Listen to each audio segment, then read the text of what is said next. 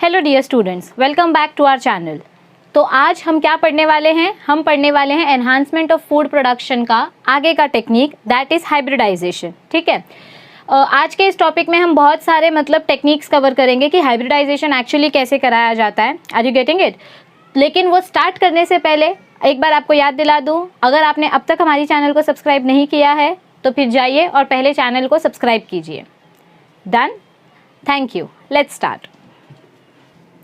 Okay बाळांनो, चला आज आपण आपला टॉपिक स्टार्ट करूया, hybridization and its technique. Topic start करायच्या आधी what do we mean by hybridization ते समजून घेणं खूप महत्त्वाचं आहे। ठीक आहे, तर आता इथे तुम्हाला थिअरी दाखवलेली आहे that what is hybridization and its technique. पहिलं पॉईंट काय सांगतंय आपल्याला? It is the chief method that offers greater possibilities in the crop improvement programme. म्हणजे काय सांगितलं इथे की हायब्रिडायझेशन ही एक अशी पद्धत आहे, ही एक अशी टेक्निक आहे ज्याने आपण दोन वेगवेगळ्या व्हरायटी जे असतात, दोन प्लांट्सचे वेगवेगळ्या व्हरायटीचे जे प्लांट्स असतात ते कंबाईन करून आपण एक नवीन प्लांट बनवू शकतो आणि त्या नवीन प्लांटमध्ये असं शक्य आहे की या दोन्ही वेगवेगळ्या प्लांट्सच्या क्वालिटीज असतील।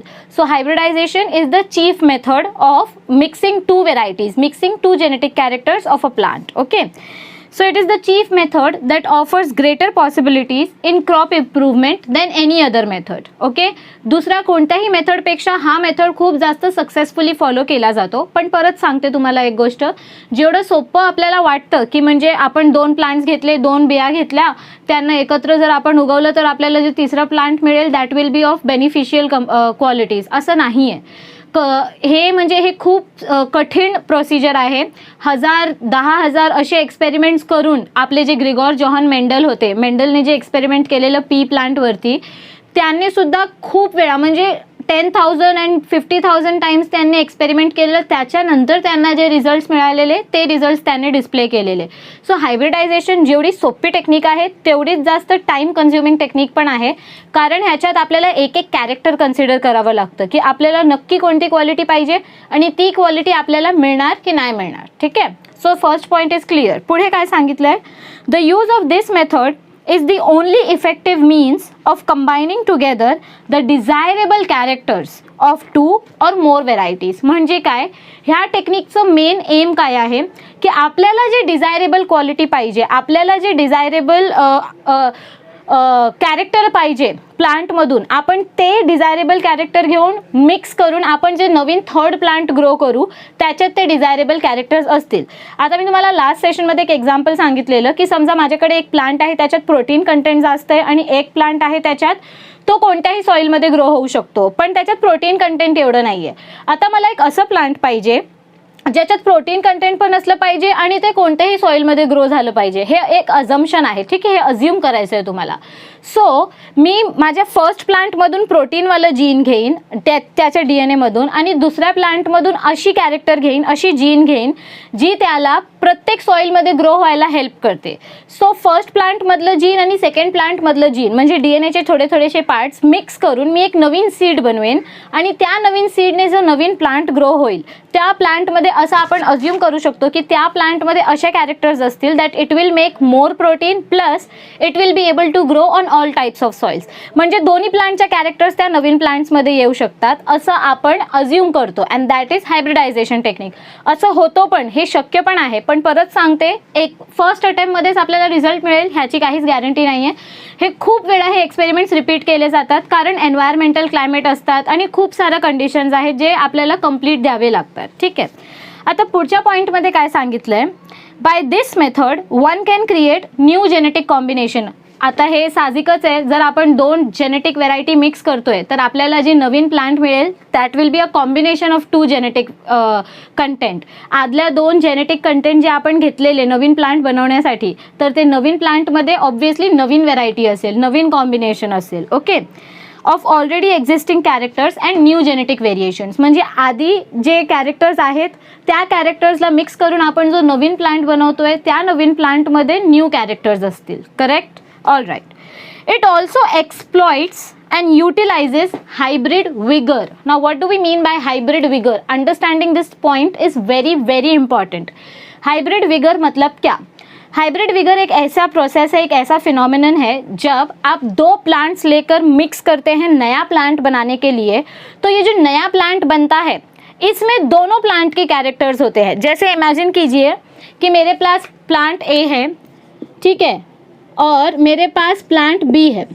इस प्लांट में प्रोटीन कंटेंट बहुत है, लेकिन ये बैक्टीरिया सेंसिटिव है, मतलब इसमें फटाक से बैक्टीरियल इन्फेक्शन हो जाता है, ठीक है। ये प्लांट में प्रोटीन बहुत सारा है, लेकिन ये खराब बहुत जल्दी होता है। और प्लांट बी जो है इसमें प्रोटीन कंटेंट बहुत कम है, लेकिन दिस इज बैक्टीरिया रेजिस्टेंट, लेकिन ये जल्दी खराब नहीं होता है। आप समझ रहे हैं मैं क्या बोल रही हूँ? हमको हायब्रिड विगर बनाना आहे, आपल्याला हायब्रिड विगर बनवायचं आहे, ठीक आहे, म्हणजे हायब्रिड करायचं आहे। माझ्याकडे एक प्लांट आहे ज्याच्यात प्रोटीन कंटेंट खूप आहे, पण तो बॅक्टेरिया सेन्सिटिव्ह आहे, त्याला पटकन पॅथोजन इन्फेक्शन होतो। आणि एक असा प्लांट आहे जो एवढा प्रोटीन नाही बनवत, पण तो बॅक्टेरिया रेजिस्टंट आहे, म्हणजे त्याच्यात लवकर बॅक्टेरियल इन्फेक्शन नाही होणार। तर आता मला दोघांना मिक्स करून एक असं प्लांट बनवायचा आहे, प्लांट सी, ज्याच्यात क्वालिटी काय असली पाहिजे की तो प्रोटीन कंटेंट पण जास्त असलं पाहिजे त्याच्यात, आणि तो बॅक्टेरिया रेजिस्टंट पण असलं पाहिजे। म्हणजे मला ही क्वालिटी पाहिजे आणि ही क्वालिटी पाहिजे माझ्या नवीन प्लांटमध्ये। तो मुझे जो न्यू प्लांट में ये दो क्वालिटीज़ चाहिए।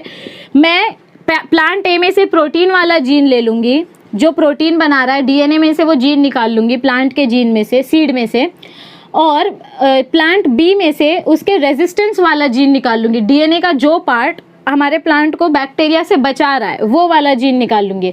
इन दोनों जीन को कंबाइन करके, रिकम्बाइन करके, कल हमने पढ़ा था ना लास्ट लेक्चर में RDNA technology, recombinant DNA technology, दो DNA को मिक्स करके नया DNA बनाना। तो मैं ये जीन और ये जीन को मिक्स करके एक ऐसा सीड बनाऊंगी जिससे जो मुझे प्लांट मिलेगा that will be plant C. और इस प्लांट में क्या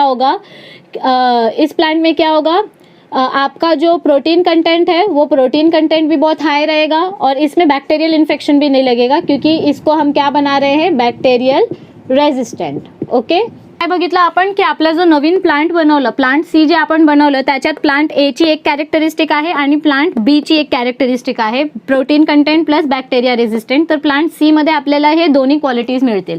अब ये जो प्लांट सी हमने बनाया है, जे प्लांट सी आपण बनवलंय ह्याला आपण म्हणणार हायब्रिड विगर। काय म्हणणार आपण याला? Hybrid vigour. हायब्रिड म्हणजे काय असतं? मिक्सचर ऑफ टू जीन्स और मिक्सचर ऑफ टू कैरेक्टर्स। अपन दोन कैरेक्टर्स मिक्स करून हा प्लांट बनवला है, हमने दो कैरेक्टर मिक्स करके ये प्लांट बनाया, इसलिए हम उसको बोलेंगे हाइब्रिड। विगर मतलब क्या होता है? विगर मतलब सुपीरियर। विगर मतलब क्या होता है? Superior than earlier, superior than earlier characters. मतलब क्या बोला गया है हमको यहाँ पर?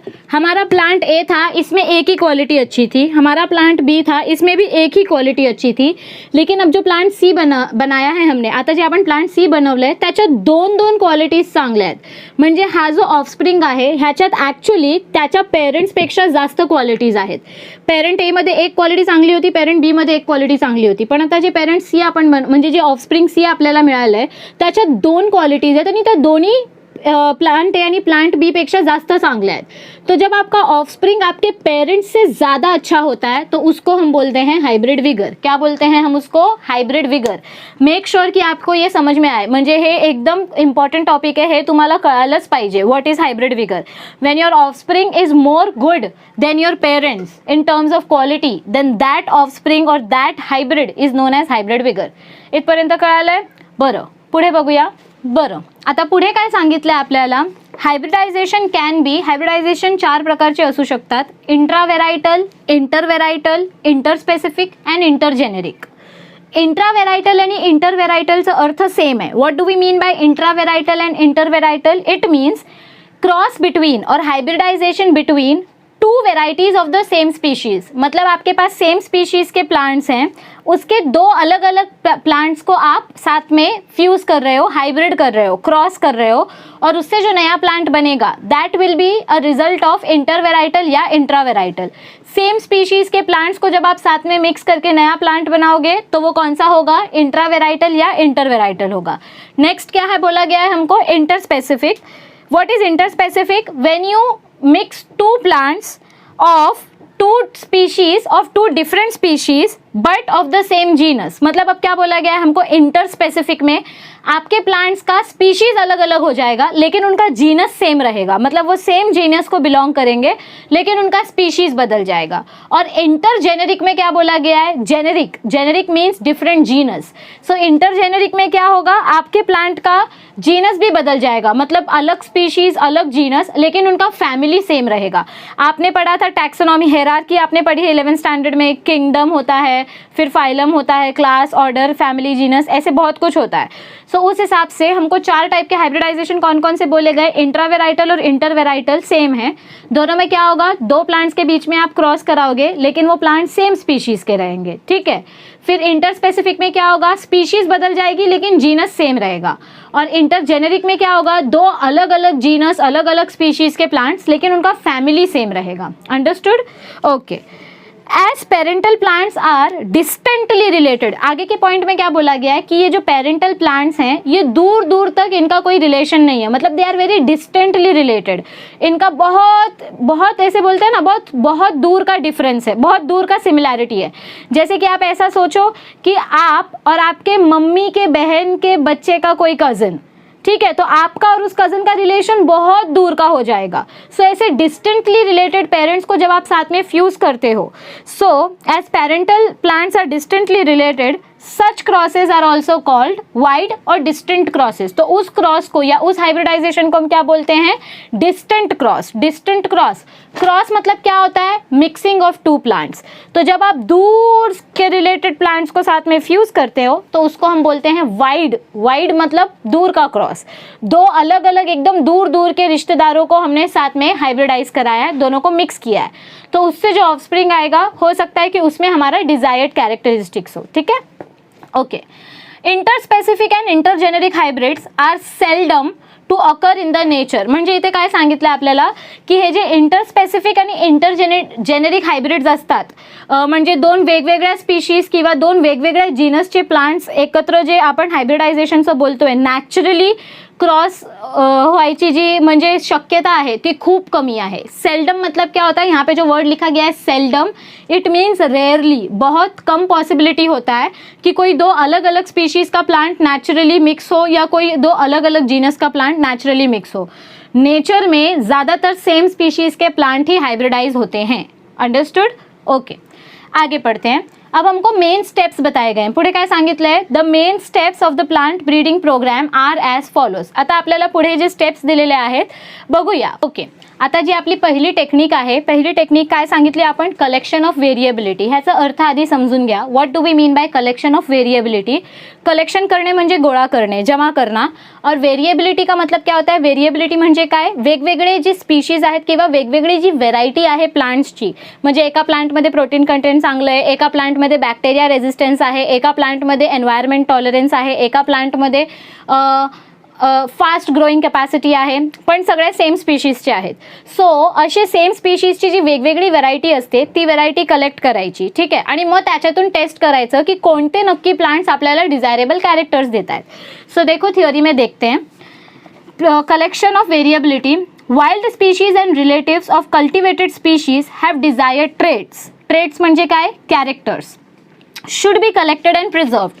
पहिला पॉईंट काय केलं पाहिजे की जे आपल्याला कॅरेक्टर्स पाहिजेत त्या कॅरेक्टर्सचे सगळे wild species, wild means original, हां, वाइल्ड म्हणजे एकदम असे ॲनिमल्स नाही, वाइल्ड मीन्स ओरिजिनल सीड्स जे आहेत, म्हणजे ट्रू सीड्स जे आहेत ते आपण कलेक्ट केले पाहिजे, ठीक आहे, ऑल राईट, आणि त्यांना प्रिझर्व केलं पाहिजे, गोळा करून ठेवलं पाहिजे। आता पुढचं पॉईंट काय आहे, the entire collection having all the diverse alleles. Alleles म्हणजे काय, जीन्स किंवा characters. So the entire collection, जेवढे पण सीड्स आपण कलेक्ट केले आहेत, the entire collection having all the diverse alleles, वेगवेगळे त्याचे जीन्स आहेत, that is variations for all genes in a given crop is called germplasm collection. हे definition तुम्हाला विचारायची शक्यता आहे। सो जर्म प्लाझम कलेक्शन म्हणजे काय असतं की तुम्ही समजा 50 वेगवेगळे प्लांट्स गोळा केले आणि त्या 50 वेगवेगळ्या प्लांट्सचे वेगवेगळे सीड्स आहेत, त्या 50 वेगवेगळ्या सीड्समध्ये वेगवेगळे जेनेटिक कॅरेक्टर्स असणार, करेक्ट। तर एवढे आपण भिन्न भिन्न प्रकारचे जे जेनेटिक कॅरेक्टर्स गोळा केलेले आहेत त्या जेनेटिक कलेक्शनला किंवा त्या सीड कलेक्शनला अपन म्हणतो जर्म प्लाज्म कलेक्शन। ये जो इतने अलग अलग टाइप के सीड्स हमने जमा किए हैं, इन सारे सीड्स में अलग अलग डीएनए होगा, अलग अलग प्रॉपर्टी होगी, अलग अलग कैरेक्टर होगा। तो इस कलेक्शन को, इतने सारे सीड्स के कलेक्शन को हम बोलते हैं germplasm collection. Clear? Okay, let's move on. Variations are useful in the selection, म्हणजे जर आपल्याकडे एवढे ऑप्शन असतील तर आपण आरामात सिलेक्ट करू शकतो की ठीक आहे मला प्रोटीन कंटेंट पाहिजे। आता ह्या 50 पैकी 5 प्लांट्स असे आहेत, 5 सीड असे आहेत ज्याच्यात प्रोटीन कंटेंट आहेत, पण त्या 5 पैकी पण कोणता एक चांगला आहे ते आपण सिलेक्ट करू शकतो। तो हमको ये एक एडवांटेज रहता है कि 50 में से 5 प्लांट्स में ज़्यादा प्रोटीन कंटेंट है और उस 5 में से भी जो सबसे ज़्यादा होगा मैं उसको सिलेक्ट कर सकती हूँ। तो जब मेरे पास बहुत सारे सीड्स होंगे तो मुझे ऑप्शंस मिलते हैं, ठीक है। Okay, germ plasm conservation can be done in following veg. आता आपण जे हे सीड्स आहेत, ये जो सीड है इनको हम कैसे कंजर्व करके रख सकते हैं, ह्यांना आपण कसं कंजर्व करून ठेवू शकतो, त्याची 2 टेक्निक्स आहेत। पहिली टेक्निक आहे इन सिटू कंजर्वेशन। क्या है ये इन सिटू कंजर्वेशन, बघूया। इट कैन बी डन विद the help of forest end natural resources. कैसे कर सकते हैं आप, कसं करू शकतो आपण, bye storing the seeds into forest and natural resources, म्हणजे त्यांना आपण सॉइलच्या खाली किंवा प्लांट्स ग्रो करू शकतो आणि त्या प्लांट्समधून जेव्हा आपल्याला लागेल तेव्हा आपण तिथून सीड गोळा करू शकतो। करेक्ट? सो पहिली टेक्निक आहे in Situ conservation. In Situ म्हणजे लॅबच्या बाहेर, ॲक्च्युअल ग्राउंडमध्ये, ठीक आहे। ऑल राईट, आणि एक्स सिटू कंजर्वेशन म्हणजे काय, it is done through botanical garden, seed banks etcetera. Ex situ conservation म्हणजे काय होणार कि जेव्हा अपन ते सीड्स घेऊन एका लैब में स्टोर करते, 2 तरीके होते हैं सीड्स को प्रिजर्व करने के। या तो आप वो सीड को मिट्टी में डाल के उसका झाड़ उगा लो, तो जब आपको सीड लगेगी उस झाड़ में से आप सीड ले सकते हैं, फ्रूट में से। और दूसरा तरीका है एक्स सिटू कंजर्वेशन का, ज्याच्यात आपण काय करतो, आपण सीड्स गोळा करतो प्लांट्समधून आणि त्या सीड्सला आपण लॅबोरेटरीमध्ये स्टोर करून ठेवतो। जे बोटॅनिकल गार्डन्स असतात, जे नॅशनल पार्क्स असतात, तिथे आपल्याला रेडीमेड सीड्स मिळतात, आपण जाऊन तिथून डायरेक्ट सीड्स कलेक्ट करू शकतो। So this is first technique, that is collection of variability. कळाली तुम्हाला? पुढे बघूया। ओके, आता आपली सेकंड टेक्निक काय आहे, evolution and selection of parents. What is our second technique, evolution and selection of parents. Evolution म्हणजे काय, इव्होल्यूशनमध्ये आपण सीड्स कलेक्ट केले त्या सीड्समधून आपण इव्हॅल्युएट करणार। इव्हॅल्युएट म्हणजे आपण रँकिंग देणार की ह्या 50 सीड्समधून हे 10 सीड्स परफेक्टली फाइन आहेत। Correct? So evaluation and selection में हम क्या करेंगे, हमारे पास जो 50 सीट्स थी उसमें से हम सिलेक्ट करके निकालेंगे। जैसे हम एलिमिनेशन राउंड करते हैं ना, बहुत सारे सीड्स हमने कलेक्ट किए, अब उसमें से जो वीक सीड्स होंगे उनको हम साइड में कर देंगे और जो स्ट्रॉन्ग सीड्स होंगे उनको हम सिलेक्ट कर लेंगे। तो अब इस स्टेप में वही होता है। आज थ्योरी देखते हैं इसकी। It is an important end very essential step. This collected germ plasm, the collected germ plasm is evaluated. Evaluated means we check every seed. It is screened. Screen करना मतलब क्या होता है, चेक करना। आप चेक करते हो 50 सीड में से कि कौन कौन सा सीड अच्छा है, कौन सा सीड खराब है। To identify plants with desirable characters, म्हणजे काय, आपण जे सीड्स गोळा केलेत त्या सीड्समधून कोणकोणत्या सीडमध्ये आपले कॅरेक्टर्स आहेत जे आपल्याला पाहिजे, high protein content, high quality, high yield, environment tolerance, bacteria resistance, आपल्याला जी क्वालिटी पाहिजे, हमको जो क्वालिटी चाहिए हमारे न्यू प्लांट में, वो क्वालिटी कौन कौन से सीड में है हम वो चेक करेंगे और सिर्फ उतनी सीड्स को सिलेक्ट करेंगे, बाकी की सीड्स को साइड में कर देंगे। ठीक है? So we check, we evaluate the seeds. The selected parents must be healthy. आता आपण जे सीड सिलेक्ट केलेत इट इज ऑब्वियस की ते हेल्दी असले पाहिजे। It should be vigorous. Vigorous म्हणजे काय, they should be of superior quality, त्याच्यात खूप जास्त क्वालिटी एकदम चांगली असली पाहिजे, एकदम हाय क्वालिटी असली पाहिजे। कारण विगर म्हणजे आपण काय म्हटलेलं, विगर म्हणजे which contains high quality. Okay, so it should be healthy, vigorous and should show desirable but complementary features. म्हणजे काय सांगितलं ह्याच्यात की त्या सीड्समध्ये आपल्याला कॉम्प्लिमेंटरी म्हणजे एक्स्ट्रा क्वालिटीज पण मिळाल्या पाहिजे। आपल्याला जे पाहिजे ते तर असलेच पाहिजे, पण त्याशिवाय अजून एक्स्ट्रा क्वालिटीज असले पाहिजे, तरच आपलं एवढी झंझटमारी करायचा फायदा होईल। ठीक है? म्हणजे काय सांगते मैं, क्या बोल रही हूँ मैं कि आपने जो सीड्स जमा किए हैं आप उन सीड्स को चेक करोगे, उनमें से जो सीड्स आपकी क्वालिटी दिखा रही हैं, आप उस सीड्स को सिलेक्ट करोगे। तो जो सीड्स आपने सिलेक्ट किए हैं वो हेल्दी होनी चाहिए, उनमें क्वालिटी बहुत हाई होनी चाहिए, जो कैरेक्टर आपको चाहिए। और एक चीज़ क्या बोली गई है कि आपने उस सीड को जिस कारण से सिलेक्ट किया है उसमें वो क्वालिटी तो होनी चाहिए, जैसे मुझे ज़्यादा प्रोटीन चाहिए, ज़्यादा यील्ड चाहिए, मुझे ज़्यादा बैक्टीरिया रेजिस्टेंस चाहिए, एनवायरनमेंट टॉलरेंस चाहिए, मेरे जितने भी कैरेक्टर है वो कैरेक्टर तो होने चाहिए, प्लस कॉम्प्लीमेंट्री कैरेक्टर भी होने चाहिए। कॉम्प्लीमेंट्री कैरेक्टर मतलब क्या होता है? एक्स्ट्रा कैरेक्टर, ठीक है। All right, so it should show complementary features also. The selected parents are selfed मतलब क्या होता है? आपने समझो 2 सीड्स सिलेक्ट की है, सीड 1 और सीड 2। अब इसमें प्रोटीन कंटेंट बहुत ज़्यादा है और ये बैक्टीरियल रेजिस्टेंट है, ठीक है। तो इनको मैं साथ में क्रॉस कराऊंगी, मतलब इस सीड को और इस सीड के डीएनए कैरेक्टर्स को मैं मिक्स करके एक नया सीड बनाऊंगी, correct. So the seeds are, जिन सीड्स को मैंने सिलेक्ट किया है उन सारे सीड्स को मैं आपस में सेल्फिंग कराऊंगी। सेल्फिंग मतलब उनको आपस में एक दूसरे के साथ क्रॉस करके नया प्लांट्स ग्रो करूंगी। The selected parents are selfed and for 3 to 4 generations to make them pure और होमोजाइगस। मतलब इन सिलेक्टेड पेरेंट्स को समजो मैंने 50 में से 5 सीट चुनकर निकाली, मी 5 सीट्स त्याच्यातून सिलेक्ट केले। आता त्या 5 सीट्सचं मी आपसात 4 ते 5 वेळा क्रॉसिंग करेन। म्हणजे मैंने पहली बार क्या किया, मैंने जो सीट सिलेक्ट की थी मैंने उनका क्रॉसिंग किया एक बार। अब ये मुझे जो नया प्लांट आया है, इस जब मैं इनको क्रॉस करूंगी तो मुझे बहुत सारे नए सीड्स मिलेंगे। अब मैं इन नए सीड्स का वापस क्रॉसिंग कराऊंगी तो मुझे वापस नए सीड्स मिलेंगे। अब मैं इन नए सीड्स का वापस क्रॉसिंग कराऊंगी तो मुझे वापस नए सीड्स मिलेंगे। ऐसे मैं कम से कम 3 से 4 जनरेशन तक करूंगी। और अगर मुझे बार बार सेम क्वालिटी के ही सीड्स मिल रहे हैं तो इसका मतलब ये प्रूफ हो जाएगा कि मुझे जो क्वालिटी चाहिए वो क्वालिटी मिल रही है। कभी कभी क्या होता है, आप 2 अलग अलग सीड्स को जब साथ में क्रॉस करते हो तो तुक्के से, मतलब बाय चांस आपको आपका डिजायरेबल कैरेक्टर मिलता है।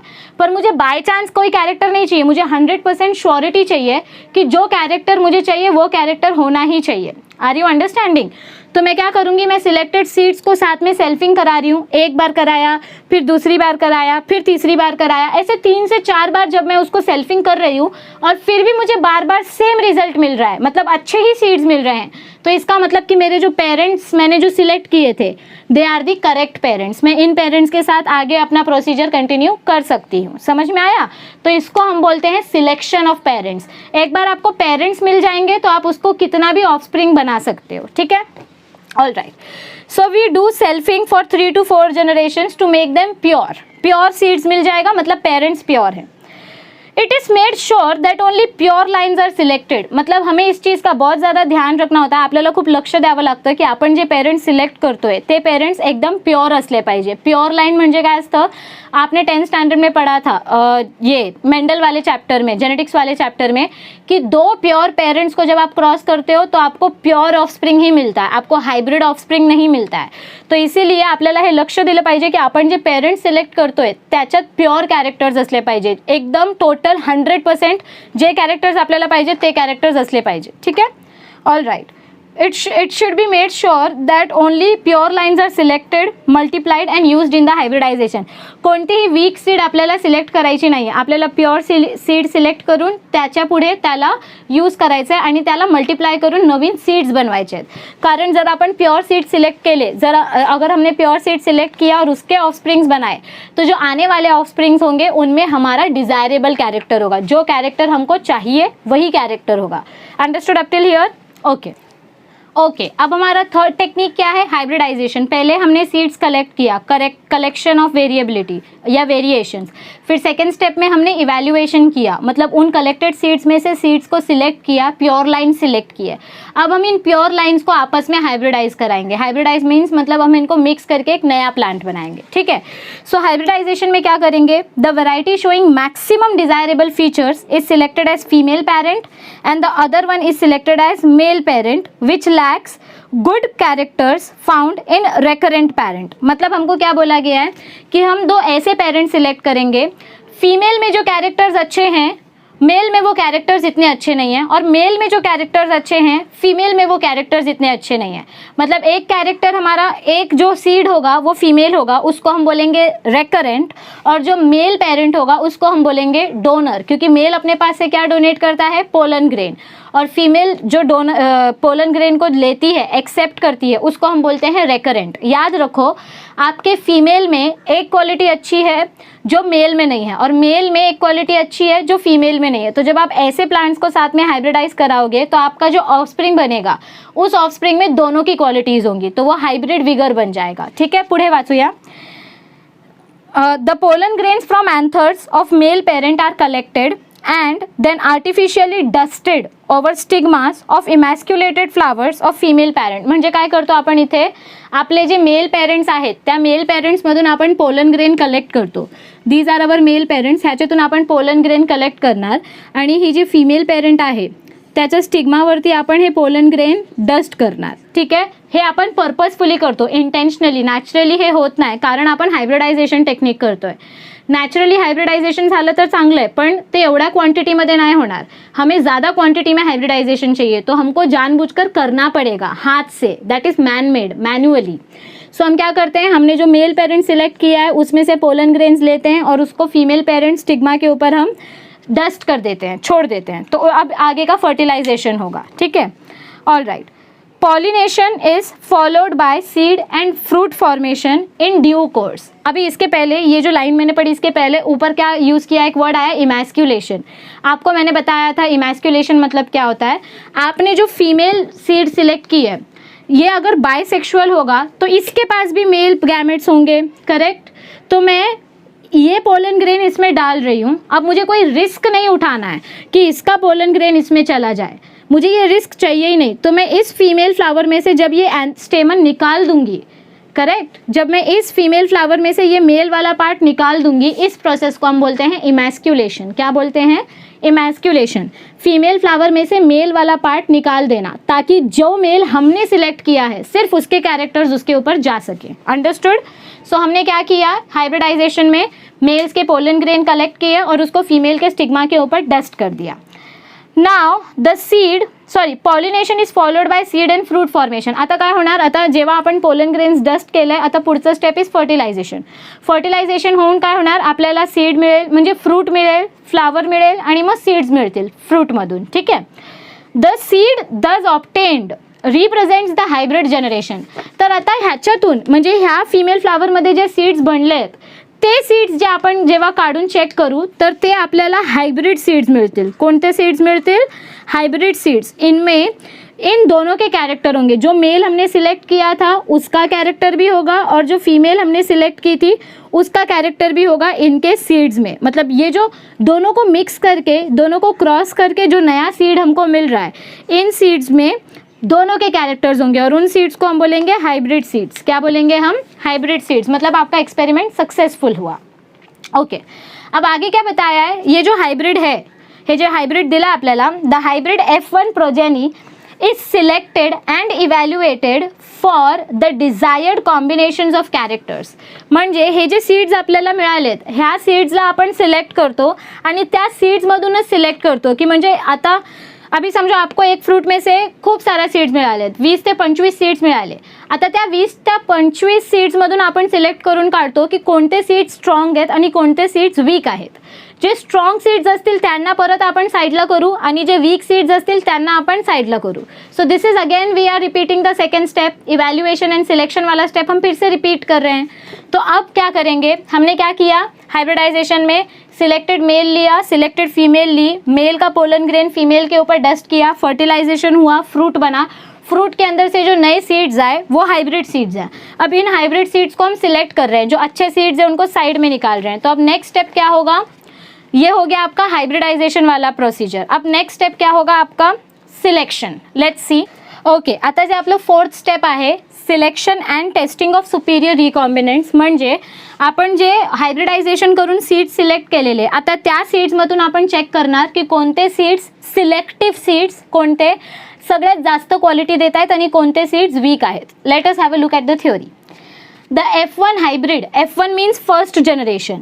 द F1 हायब्रिड म्हणजे हे सीड्स.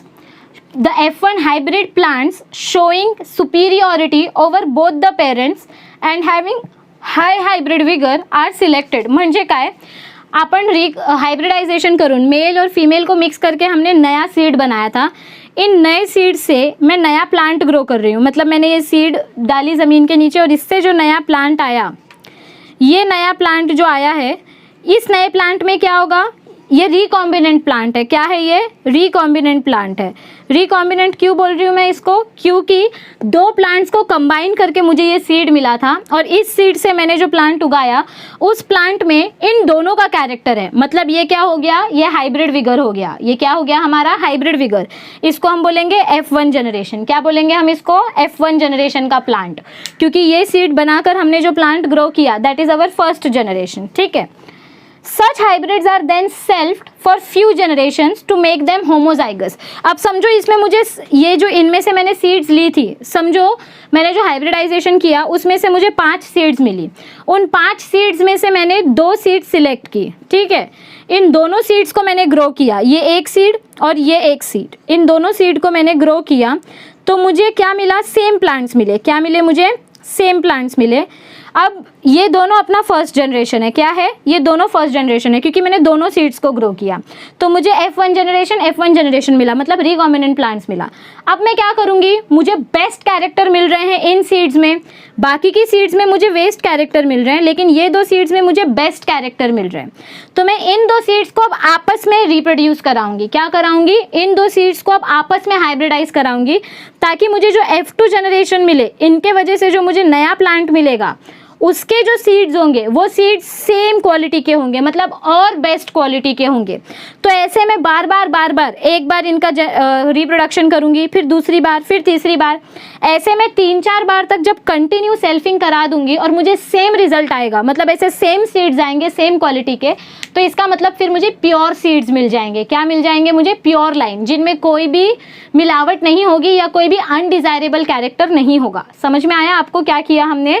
हमको जो सीड्स मिले थे हाइब्रिडाइजेशन करके उनको सिलेक्ट किया, सिलेक्टेड सीड्स को ग्रो किया तो हमको हाइब्रिड विगर मिला, मतलब अच्छे प्लांट्स मिले। अब इन अच्छे प्लांट्स को हमने साथ में रिप्रोड्यूस कराया तो हमको और अच्छे सीड्स मिले। अब उन और अच्छे सीड्स को मैं बार बार आपस में रिप्रोड्यूस कराते रहूंगी, मतलब इन सीड्स को मैं आपस में रिप्रोड्यूस कराते रहूंगी तो मुझे सेम क्वालिटी के अच्छे वाले प्लांट्स मिलते रहेंगे। इसका मतलब मेरा एक्सपेरिमेंट सक्सेसफुल हो गया। मुझे जो जो कैरेक्टर्स चाहिए थे वो सारे कैरेक्टर्स मिल गए। ठीक है। तो अब आगे क्या दिया गया है? Such hybrids are then self for few generations to make them homozygous for the said desirable characters, मतलब जो कैरेक्टर्स हमें चाहिए थे, till there is a state of uniformity, जब तक हमको सेम रिजल्ट नहीं मिल जाता। यूनिफॉर्मिटी मतलब क्या होता है? Same result, uniform result. So that the characters will not segregate further, मतलब मुझे जब तक गारंटी नहीं हो जाती कि अब मुझे यही कैरेक्टर्स मिलेंगे तब तक मैं उनको आपस में सेल्फिंग कराते रहूँगी, क्योंकि मुझे 1% का भी डाउट नहीं चाहिए। मुझे यहाँ पे प्रोबेबिलिटी नहीं निकालनी है, मतलब मुझे ये नहीं निकालना है कि ये एक बार तुक्के से रिजल्ट आ गया तो दूसरी बार बाय चांस आ गया, ऐसा नहीं। मुझे गारंटी चाहिए कि मैं जितनी बार इन सीड्स को रिप्रोड्यूस करूँगी मुझे हर बार ऐसा ही प्लांट मिलेगा जो बेस्ट क्वालिटी का होगा। अंडरस्टूड?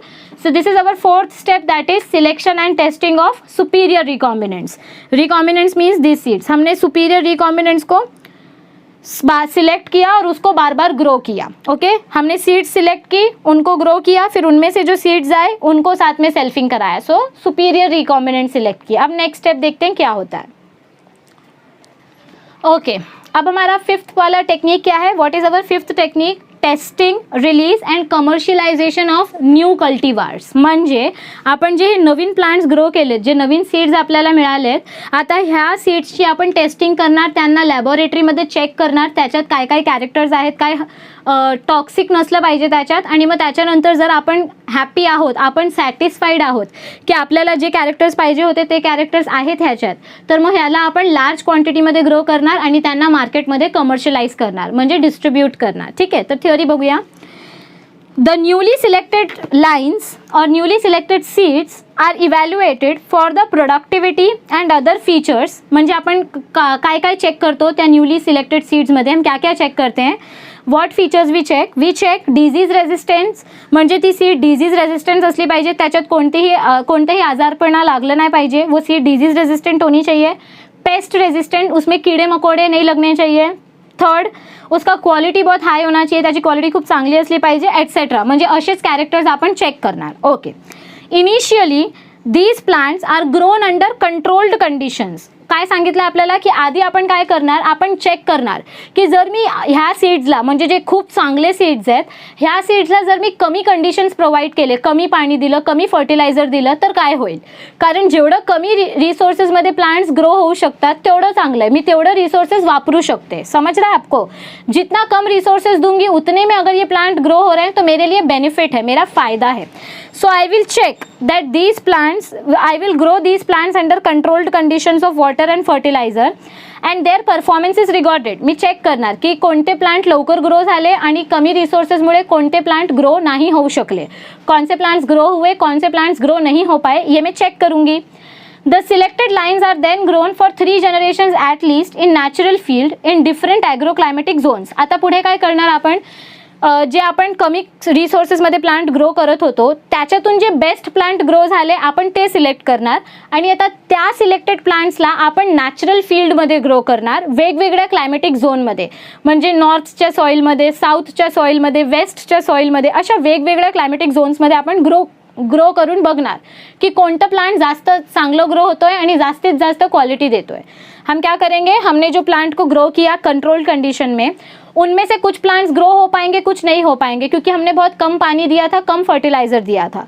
तो पानी और फर्टिलाइज़र कम देने के बाद भी जो प्लांट बेस्ट ग्रो हुए हैं उनको हम सिलेक्ट करेंगे और अब उन सिलेक्टेड प्लांट्स को हम नेचुरली ग्रो करेंगे नेचुरल फील्ड में, अलग अलग क्लाइमेटिक कंडीशंस में, चेक करने के लिए कि कौन सी क्लाइमेटिक कंडीशन में हमारा सिलेक्टेड प्लांट बेस्ट क्वालिटी दिखाएगा. ठीक है, ऑल राइट. फाइनली इतना सब करने के बाद, एवढं सगळं केल्यानंतर variety is released as a new variety for use by the farmers. सब कुछ चेक करने के बाद, टेस्ट करने के बाद, लेबोरेटरी टेस्ट करने के बाद जब हमको फाइनल रिजल्ट मिल जाता है, सक्सेसफुल प्लांट मिल जाता है, तो उसके सीड्स हम फार्मर्स में डिस्ट्रीब्यूट कर देते हैं.